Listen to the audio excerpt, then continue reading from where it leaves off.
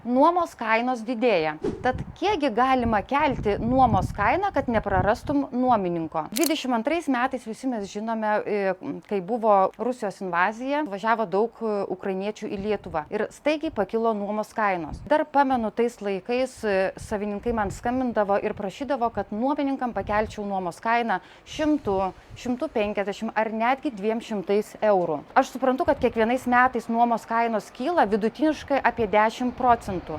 Dažnas atvejis, kai būsto savininkas pasibaigus nuomos sutarčiai pratęsia didesnę kainą, o neretai ir net nepasibaigus nuomos laikotarpiui taip pat yra pakeliama kaina ir nuomininkai dėl to, žinoma, pyksta. Kad nebūtų taip, kaip prieš kelis metus, siūlau apsitarti prieš pasirašant nuomos sutartį, kiek ir kada gali savininkas kelti kainą.